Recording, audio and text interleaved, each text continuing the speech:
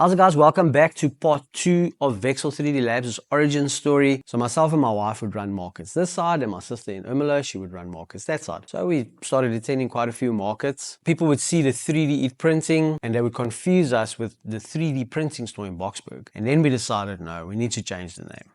So this was around 2023, and my sister decided, no, she doesn't want to be part of the company anymore. She wants to venture into different angles and do different things.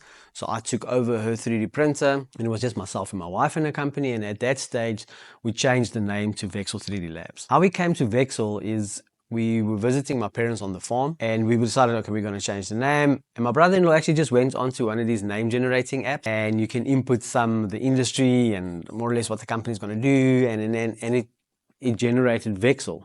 And I was like, oh, that's cool. And I've always liked the labs part of it, so we just added labs, so it became Vexil 3D Labs. And that's how the name was chosen, so it's actually not even an exciting story, but that's how we got on Vexil 3D Labs.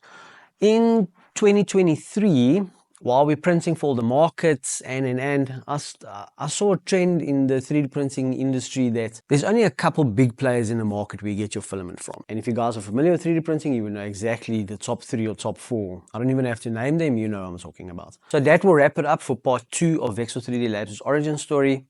Stick around for part 3, that's we're going to close this out. So I'm splitting it into a 3-part story.